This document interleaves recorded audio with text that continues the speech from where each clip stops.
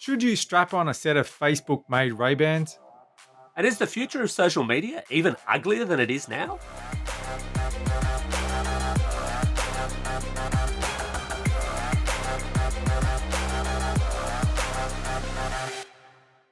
Vertical Hold is proudly brought to you by Aussie Broadband, changing the game with their award-winning network and Australian-based support. Hi there. Welcome back to Vertical Hold Behind the Tech News. Each week we sneak across the state borders to catch up with Australia's leading tech journalists and dive into the big tech stories of the week. I'm Alex Kidman and I'm joined, as always, by Adam Turner. Adam, this week the internet is rife with iPhone 13 rumours because Apple's got its big California streaming event next week. So, just to add to the rumour frenzy in a kind of fun way, what do you think the stupidest thing Apple could add to a new iPhone is? Oh, I think easy. They put a free download of the Beach Boys' California Dreamin' onto everybody's phone. They just push it onto everybody U2 style and just stand back and watch the mayhem. Well, especially as that's a Mamas and a Papas song, Ah, really. crap.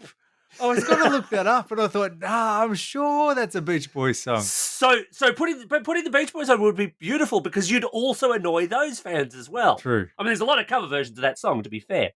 But speaking of someone who appreciates a wacky Apple innovation, and knows the difference between the Beach Boys and the Mamas and the Papas, I assume. I'm sure. Let's look at that. We're also joined once again in the virtual Vertical Hold studios by the SMH and Ages Alice Clarke.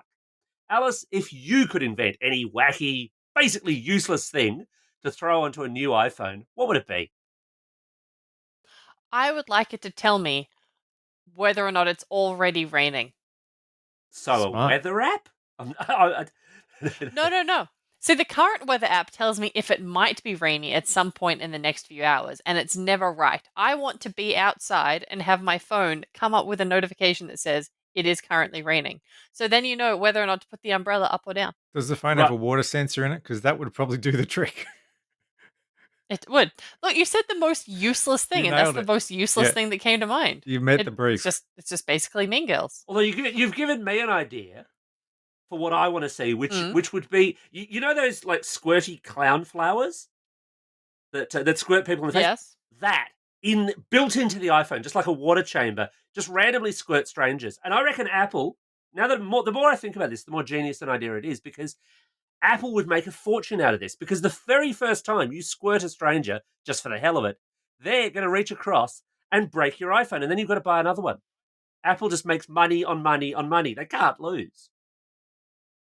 See, that's a fantastic idea. But jumping off that, an even better idea would be on the back of the phone, when you're about to take a photo, it displays a funny picture, so then your smiling reaction is more natural. That's actually a great idea. We're not publishing this podcast. We're stealing that idea and we're burning this episode. That's gold.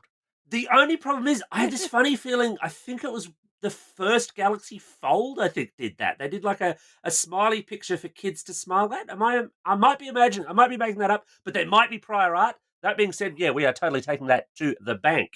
And I don't remember that on the Fold, but that's I'm sure someone's done it on a phone. I want to say it's the Fold, but it could be something else. But look, speaking of going to the bank, Facebook has an awful lot of bank, and it's spending it up big. And look, Alice is joining us because she's going to don some shades shortly. And we're not talking figuratively. We're talking literally, because Facebook has hooked up with Ray-Ban to launch some new smart glasses into the market. And we're also going to chat the state of play in social media. So we're going to don the troll-proof hazard suits for that one. But before we start, Adam caught up with our good friend Steve Molk from TV Blackbox to dissect Foxtel's new IQ5 set-top box. Steve, welcome back to the show. I can't talk television. So, big news from Foxtel, who some would argue is starting to look maybe a little bit irrelevant in the internet age. What's the story with the IQ5? How will that help them stay in the game? Welcome to probably 2016, Adam. Foxtel have finally caught up that maybe satellite isn't their saviour, and that for all of the faults of the NBN, we're not going to dive into that. The fact that we have much faster internet access at home these days means that IP streaming is a real thing. And the IQ5, which they've just announced, is a huge step forward for Foxtel because instead of it having to be tethered to a satellite dish on your roof, it works in its fullest functions in exactly the same way as an IP streaming box.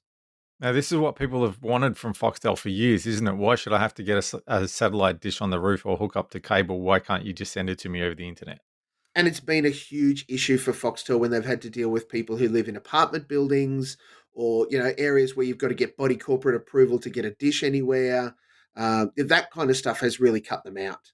Yeah. And this makes the Foxtel experience available to everyone. And I got to tell you, out of the box, you plug it in. And in my case, I chose to Ethernet plug in, but it works Wi-Fi just as well. And it was up and running inside 2 minutes. Including with me having attached the antenna and it scanning to get the free-to-air channels running that way. And it just works. It's really amazing. So Foxtel's, they're moving everybody off the cable connections, right? Because yes, they no longer own the cable. Well, that was Telstra's cable, which Foxtel used, but now it's going to the NBN. So within the next 2 or 3 years, they will want to have moved everybody off cable. Is this a move that does the IQ5 exist alongside the IQ4 or does it replace the IQ4? Do you get the impression they're trying to get everybody off satellite as well? I would say that this is absolutely a signal that if you want to hold on to an IQ3, don't get comfortable. That'll be a paperweight soon. Yeah. It costs a lot of money for them to run not only their cable infrastructure as you talk about, which isn't theirs anymore or access to theirs anymore, and the satellite network is huge. And while there are some remote users who need to use it, that's the only way they can get it.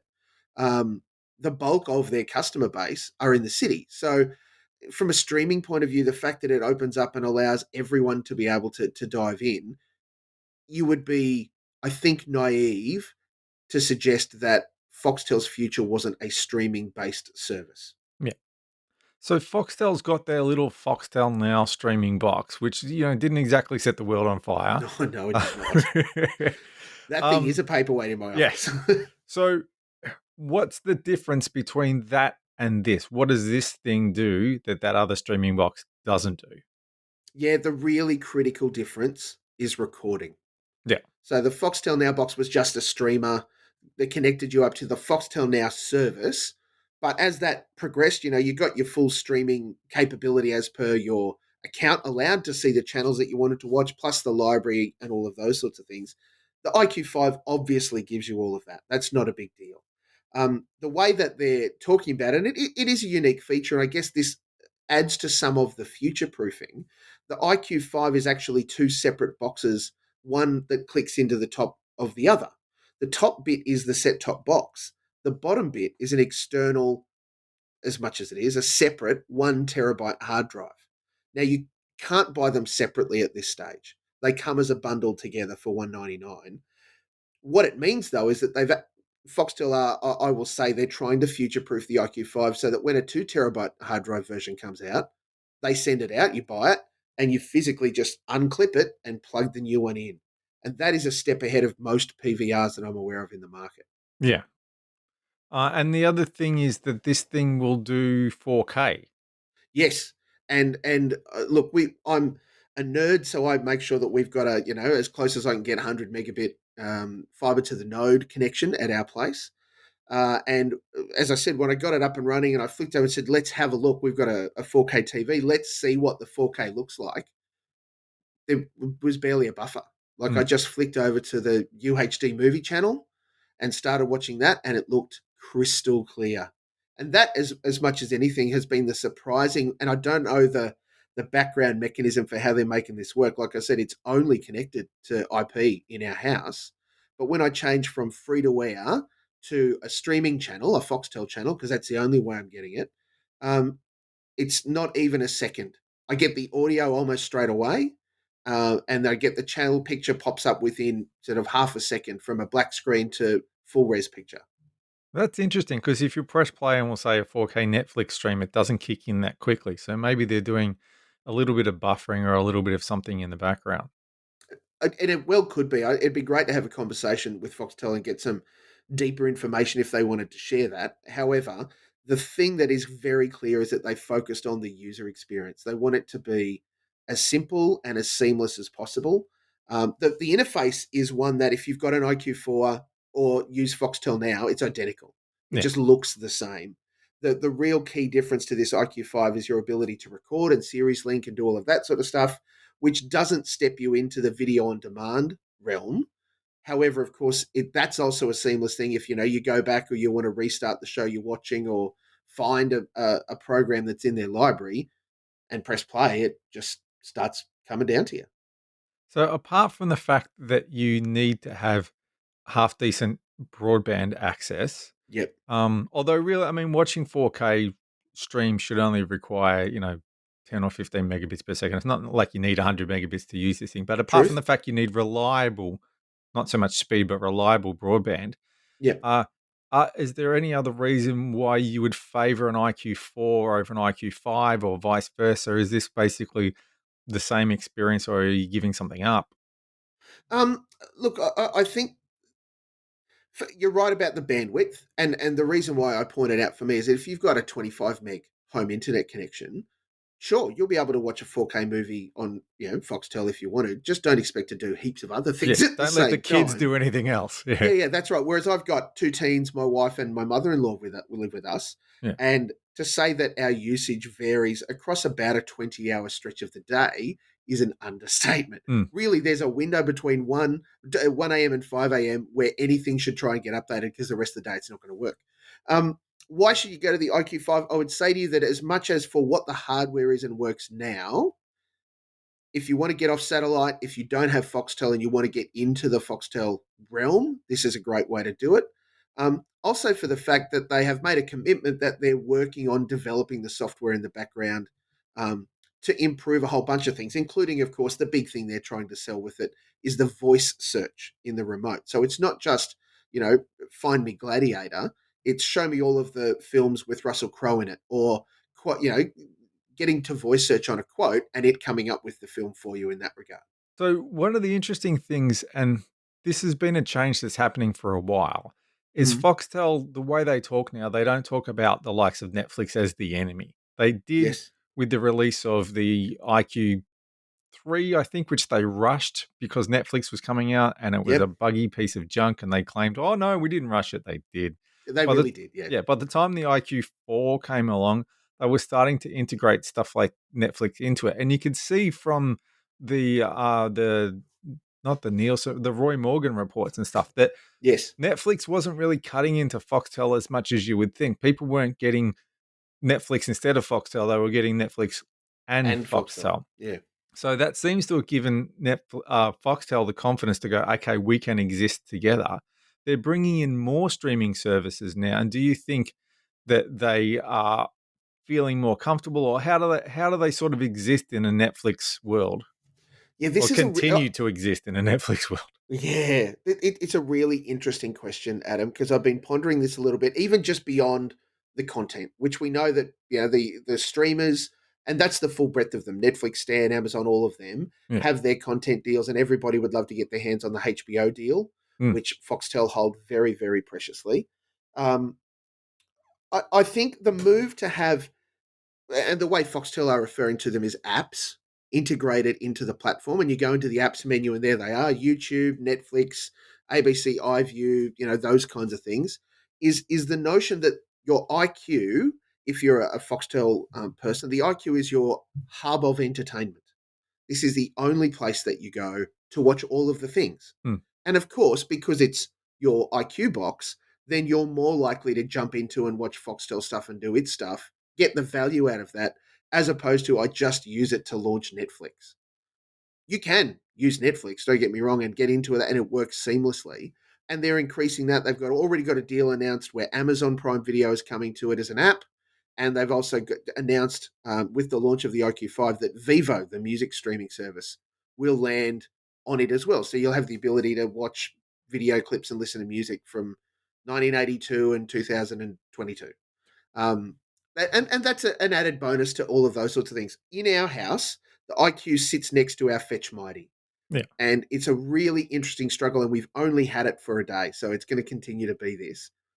My family are well used to using the Mighty and getting all of they want out of that, and a lot of it is just free to air, and maybe an additional streaming channel. I use the streaming channels much more than they do, and the fact that they, even though we have a television that has all of the apps, they still prefer to get Netflix through the fetch, because when they come out of it, it's like two buttons. Yeah.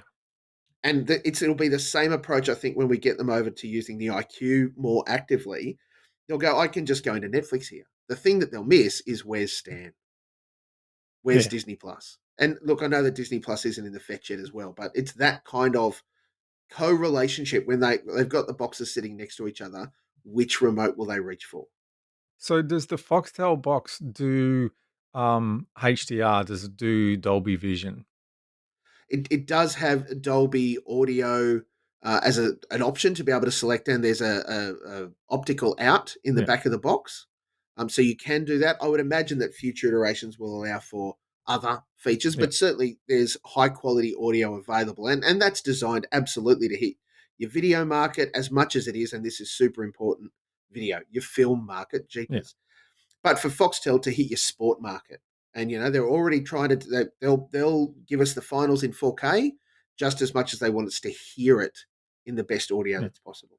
What about Dolby Vision, the high dynamic range? Because that's one of the frustrations with the Fetch Mighty box is that it doesn't do Dolby Vision. The new second generation Fetch Mini does. So if I'm watching Netflix through the Fetch Mighty, it doesn't look as good as it could if my television does Dolby Vision. Yeah. Do you know if the IQ5 does Dolby Vision so when I'm watching Netflix, it looks as good as it could? Look, I don't believe so. All I've received so far is the unit and the press scuff, Yeah. and they didn't make a big noise about it. I wouldn't put it past them that will be, the IQ5 Plus or the next iteration of the box. I would assume if it did that, they'd be making a big deal of it. Yeah, that's it. And because it hasn't been top lined, I'm going to say probably not. Yeah. And so finally, of course, the big question hanging over Foxtel is hanging on to this HBO deal and whether or not whether or not HBO makes a call and says, right, we're going to go direct in Australia with HBO Yes. Now or Max or whatever HBO they Max. want to call it, HBO Max. Is this box a little bit of an insurance policy that, as you say, it becomes the central point of your lounge room? So even if they lose some of that HBO Max content, there's still enough reason for me to keep using the IQ5. I would say to you that there are two things in content land that Foxtel are most dearly connected to. One is their sporting rights. AFL, NRL, they will pay all of the monies to have all of the games. Yeah. And they will pay all of the monies to keep HBO on their platform. And I would expect that when that relationship severs, either because they can't afford it or HBO just say, nah, screw it, we're going to launch into Australia, it'll be a significant day. And yes, the IQ5 positions them perfectly to be able to say, don't worry, you can still get all of that through the HBO Max app here on your Foxtel IQ box. I can't see it happening anytime soon. It is legitimately far too important for Foxtel to hold on to that relationship. Great. Well, thanks once again for joining us. And if people want to find you and your work online, where can they track you down? I'll be standing right behind them when COVID ends. But up until then, tvblackbox.com.au or at Steve Molk on Twitter. I'm up for a chat about all of the TV stuff. So, Alice, smart glasses have been around for many years in many forms, and they seem one of those ideas that's always sort of destined to fail. No one seems to quite get it right. What's the story with Facebook's Ray-Bans, and have they finally got the concept right? Well, the short answer is no. But Let's go with the I long think answer. okay, let's go with the long answer. So let's. So first of all, what they are is they are regular Ray-Ban sunglasses that have speakers and microphones built in, much like the Bose sunglasses, though they will vocally and loudly distance themselves from the Bose glasses, should you ever mention them. But what makes them special is they've got two cameras on either side of the lenses, so you can take photos and videos, much like the Snapchat glasses that nobody bought. But what separates these glasses from ones that would actually be really useful is that they can take up to 500 photos, or videos of 30 seconds. And it's supposed to kind of keep you more in the moment, so you're not like having your phone in front of your face during family birthdays and all that kind of thing. But they don't seem excessively So useful. they're not designed for like live streaming or anything like that, or that thing where you document every moment of your life. They used to call it life blogging or life something or other. It's not that kind of 24/7 self surveillance. No, and that the idea of that Hmm. had me worried, but I could understand the purpose and the market of that. Twitch streamers and influencers and people who wanted to be those people, and also people who loved invading the privacy of others, would love having 24/7 live stream glasses. I'm not seeing as much of a market for these ones, but that said, when I first heard it, I'm like, this is a terrible idea. No one will ever want it. And then I was like, "Ooh, but I could wear these while I rode my bike and just use the Facebook Assistant to say, take a 30-second video if I saw a very nice tree." So you can talk to the Like, glasses and tell them to take a photo? Because that was what I was going to say. Do I have to pull my phone out of my pocket to get these things to do something? Not at all. So you can either tap on, they've got a button, a single press is video, a long press is photo, or they have the Facebook Assistant, because we needed another voice assistant, didn't we? mm, And you can tell it to do the functions of the glasses yeah. if you choose to enable So it. like yeah, I'm very, very skeptical about them, but the longer I spend with them, the more situations I can see myself using them and see others using them. So I think they will actually be a thing. I just think people will raise their eyebrows at first and then slowly get into them. And it's really Gen 2 and 3 that we need to look out for. If there's a Gen 2 or 3, like Alice, I've been playing around with the set this week and giving them a bit of a run, and there's some things I think they do okay, and there's some things where I agree a Gen 2 or Gen 3 might be good if Facebook goes that far, because let's face it, Facebook's history with hardware is not great. They've done Facebook phones, they've done that portal smart display thing that they sell in the US that I don't think they've ever formally revealed here. And they've done a whole bunch of other kind of little tie-up products, and people had Facebook buttons on phones way back. But not a whole lot that's ever really stuck. Not a whole lot where they've gone, oh, we're really dedicated to this, with one particular exception, which is, of course, the Oculus. Mm.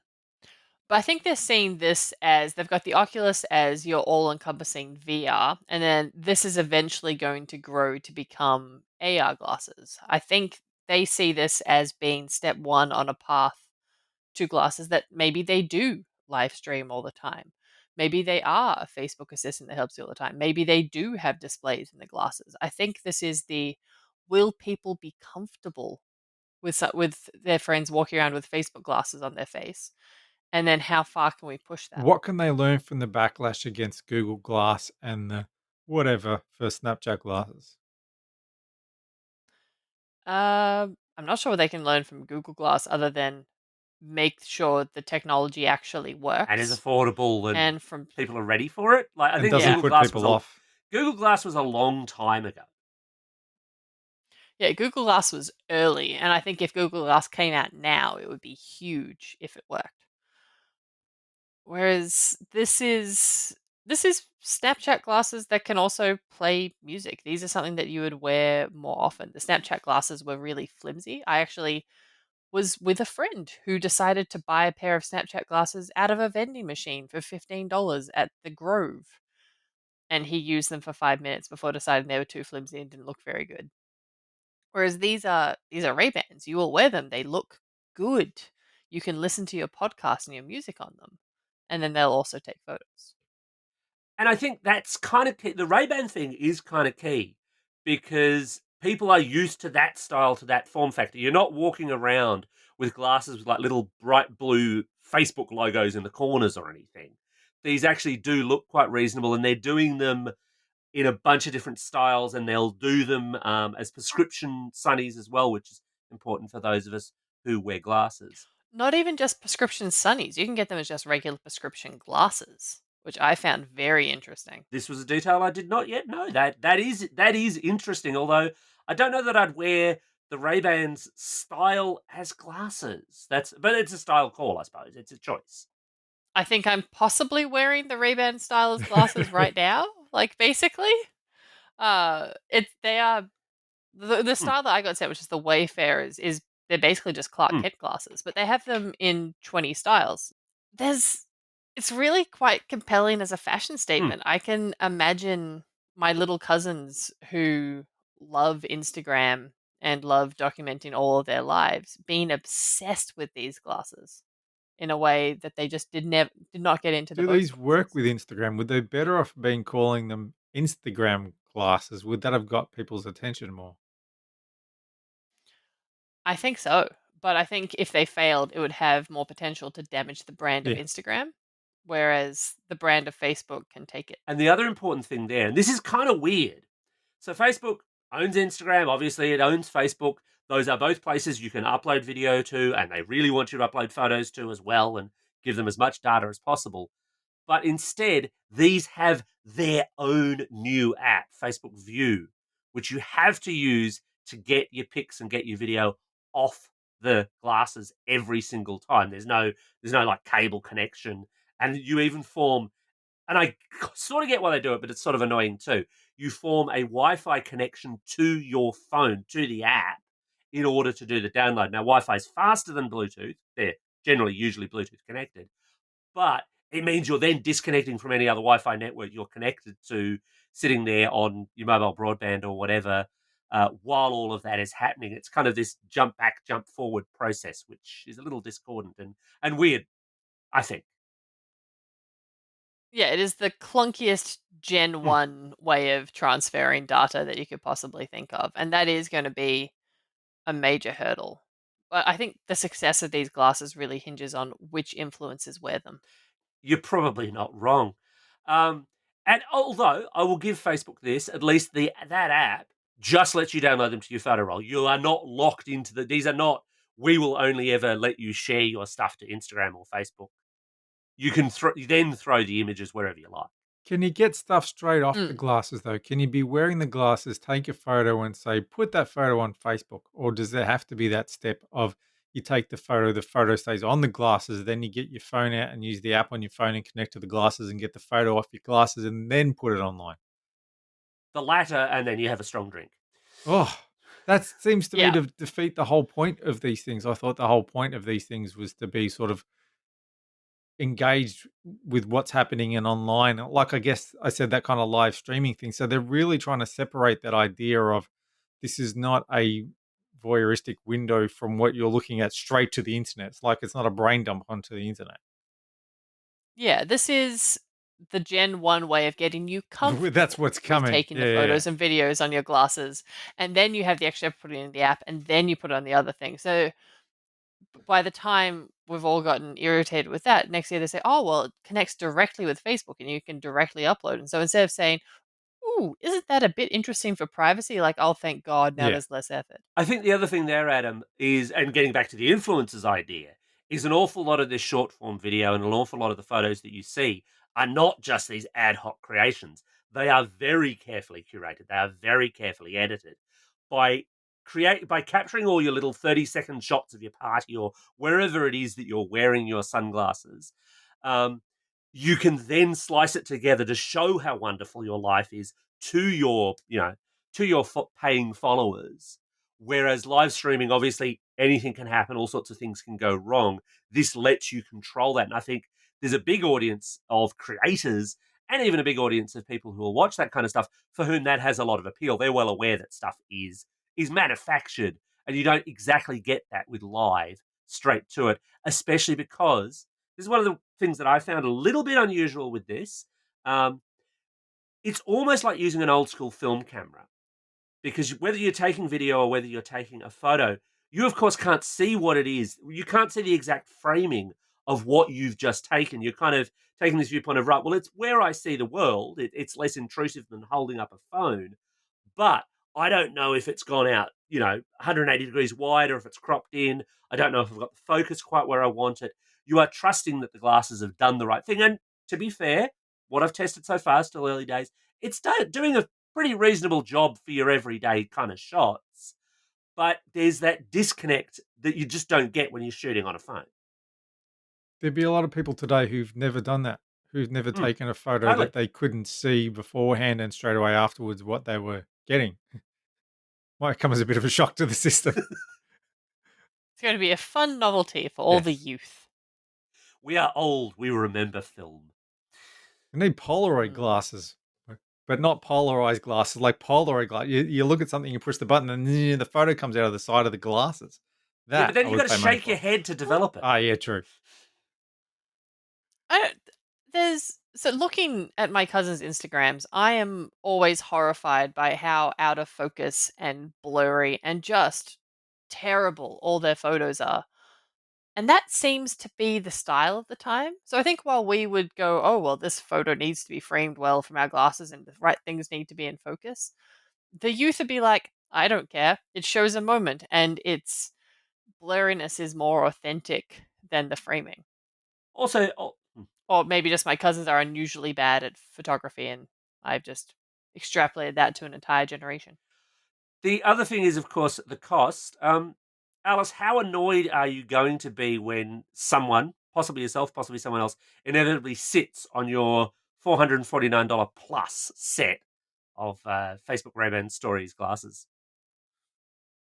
Well, that's not really like it's only double the price of my actual normal everyday glasses that I'd be upset if somebody sat on.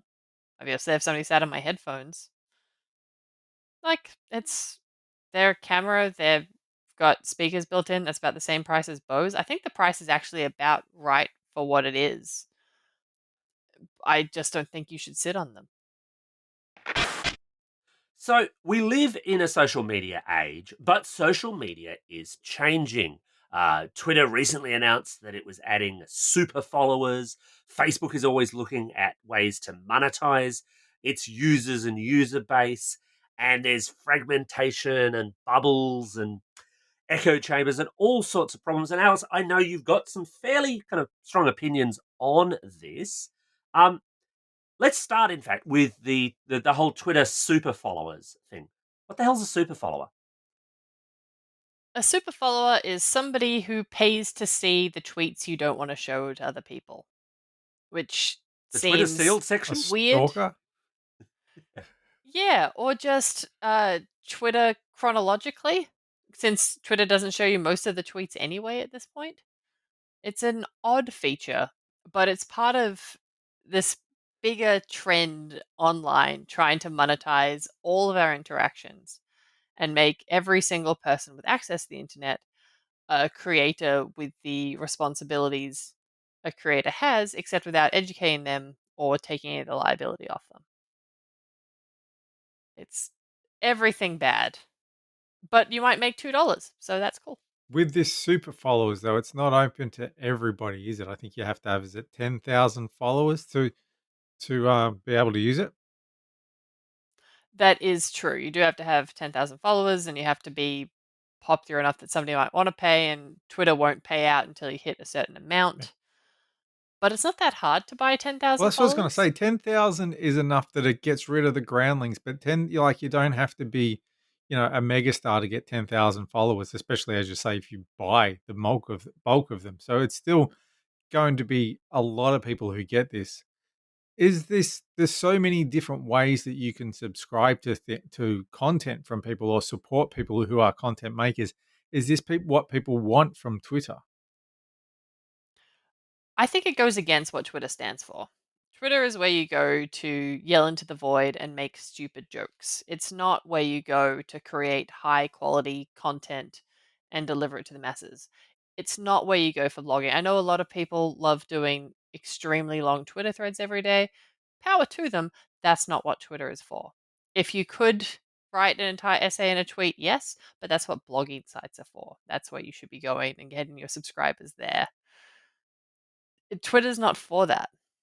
And it's frustrating that Twitter's trying to be that because it is not all things to all people, and it shouldn't be trying to be all things to all people. It should try to do what it does well, which it is not currently succeeding But So, at. can you see speaking as a man who spent way too long in an extremely long Prince related Twitter thread last Friday night, I feel like I should perhaps take the devil's advocate position here, in that we all know that, in fact, in the media world, it is extremely hard to make money out of content by and large. And Mm. the classified rivers of gold have washed away from the newspapers, and online advertising is incredibly messy and difficult to make money out of.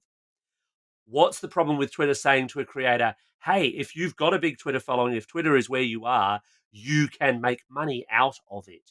You might not make a ton, but what's the problem there? I think the problem there is the same problem that Tumblr has. So, Hmm. changing to Tumblr for a second. Tumblr recently announced Tumblr Plus, where you can pay to follow people. And Tumblr suggests this as a great way to support your favorite fan fiction writers and fan art creators, which is cool. Those people work really hard.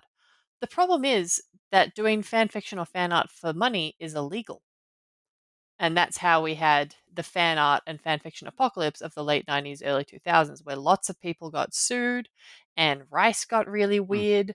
People had to start referring to different varieties of fan fiction using citrus themed codes.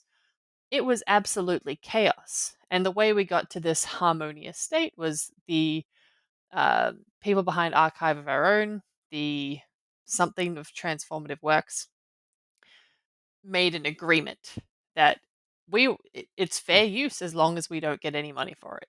And they have lawyers that fight for it.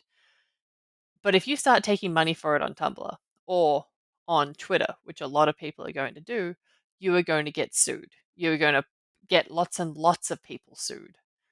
And Twitter and Tumblr are not going to give you a legal team.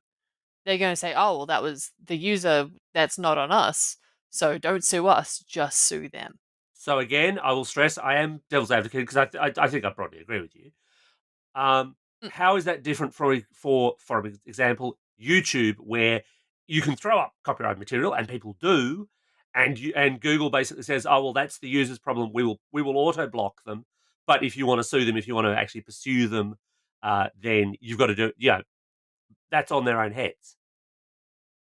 Yeah, so YouTube at least will take stuff down and check the licenses for you and for copyright people. So you're going to be protected. Your video is not going to get 5 million views and make you lots of money before it's taken down. Whereas your fan fiction about the Avengers going to Arendelle is not going to be automatically taken down by Twitter or Tumblr. And so Disney's going to find that. Maybe you've made a bunch of money by then. That's what you can be sued for. So, in the piece that you were talking about, you sort of had this bigger idea of the fragmentation of the internet. I would argue that maybe sort of we reached the idea of the peak open internet. We'll say about the 80s and the 90s, and then commercialization sort of fractured that apart. Can we get a balance? Is there a balance there between that idea of the open internet and the idea of commercializing and fragmenting it, or is it just all downhill from here? I think it's going to be downhill from here until it reaches bottom and we have to rebuild And the what's rock internet. bottom going to look Because like? it's not bad. I'm not imagined More enough information, like to how get there. fragmented do you think it could become? Do you think every online service tries to do what Twitter's trying to do until everyone expects you to pay $1 for every single thing, and then people just walk away? Oh, absolutely. Already there's a Patreon or a Ko-fi or a tip jar on every single thing I see. There's individual subscriptions on so many websites. I don't want to subscribe to single users. I will subscribe to an entire platform. So because then I know everyone's being protected and I'm going to get a lot of quality. But I'm not going to pay Netflix money for a single user who's not doing as much. And that might just be because I'm cheap, but we're going to get more and more like that. Every single part of the internet is going to be behind a paywall, and it's not necessarily going to be very good, and no one's going to be protected. And then eventually it'll burn itself down and we'll rebuild it. But I remember being a 12-year-old growing up in the country on a mountain, so I couldn't ride my bike to my friend's house 10 kilometers away. And most of my social interaction came from forums and message boards, who they didn't care how old I was, they didn't care what country I was in, they didn't care how much money I had or if I was in the city or the country. We just cared about if we had similar interests. Whereas now, I think for kids growing up, they might feel they have to, they could get the same kind of community by being in a Twitch stream, but they have to donate money to that one particular Twitch streamer, or they have to subscribe to that. And suddenly being part of communities costs money when it used to just be like going to the library to make friends. And I think we're losing that. Every single interaction we now have in most of the real world as well costs money. If you want to hang out with friends, you need to go to a cafe or a bar. You can't just. I don't know. I think it's just going to isolate people and price some people out of being able to have friends and social interaction. And while we're all stuck at home and only able to communicate on the internet, I don't like that. I don't know that I agree with you, and That's fair. yeah, friends can disagree. I don't know that I agree with you because I think the internet will find a way, and also to a certain extent, while yeah, I too get annoyed by the kind of look, donate to the Patreon. Here's the link. Here's the link. Here's the link. Here's the link. Please like and subscribe. Kind of culture thing. At the same time, it feels to me like it's a bit more honest and upfront than the kind of influencer thing where a lot of them have to be dragged kicking and screaming to admit, oh, yes, I'm actually taking the photo of this wonderful new drink because they paid me to. But they're still doing that. It's not an either or situation. The people who are the most popular and getting the most donations from regular people on Twitch or whatever other platform are still doing I have been paid a lot of money to wear these headphones and wear these clothes and drink this energy drink. It hasn't become more authentic. They're just getting money from both places. That is also problematic. I would like to think though that we don't necessarily have to burn it all down to build it back up again. I don't want to burn it all down. I think it's burning itself down. Like I would like to keep it as it is, but I think the tech billionaires are just making it progressively worse because they're trying to make more money because the ads aren't making enough money, so let's get people to subscribe even if we are going to say in the case of Twitch throw all of our music streamers under the bus because we're not going to investigate licensing. Like we're not the ones burning it down. They're burning it down for us and they're doing it on stacks of venture capitalist money.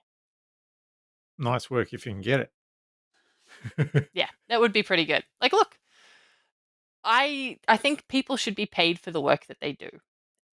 But I think that people should be paid for the work that they do while being supported by the organization they're doing the work for. I think if we all keep fragmenting everybody into their own individual their own individual contractors and make every single part of the internet and the regular world into gig work, like we're getting our content from Uber drivers, I think it's just going to make us feel even more separated and even more easily exploited. And I just don't think it's the way I'd like to see the internet go. And some people might really enjoy it, and that's cool, but I don't know. I miss when you could just go and make friends with people and it didn't cost money.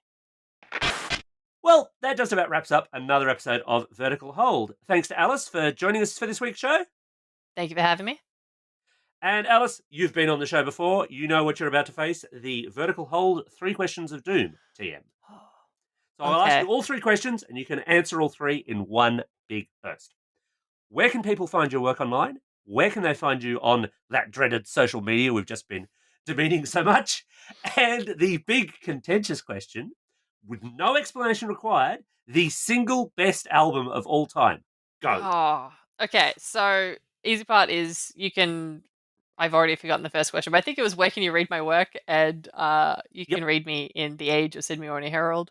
And you can find me on Twitter at AliceDKC, only for $9.99 a month. And as for the best album, it's impossible to just pick one. I immediately want to say Tegan and Sarah's The Con because it's perfect from beginning to end. Done. But if we're going, no. If we're going from perfect beginning to end, it's Jebediah, Slightly Odd Way, Super Jesus, Secret Agent Man, not Secret Agent, whatever that album was called, and then also all of Slater Kinney's albums just mashed into one. That's a very long album. It is. It's such a long album. I'm taking it. And while you are listening to Alice's excellent choice of albums, it'll take you a while, you can catch us online at Vertical Hold AU on Twitter. on the web at verticalhold.com.au or via the Vertical Hold Facebook page. And as always, thanks for tuning in, everybody. Dropping by for another week. Hang in there. We know it's tough at the moment. Tell your friends about us. Leave us a review on your podcasting platform of choice and help us spread the good word.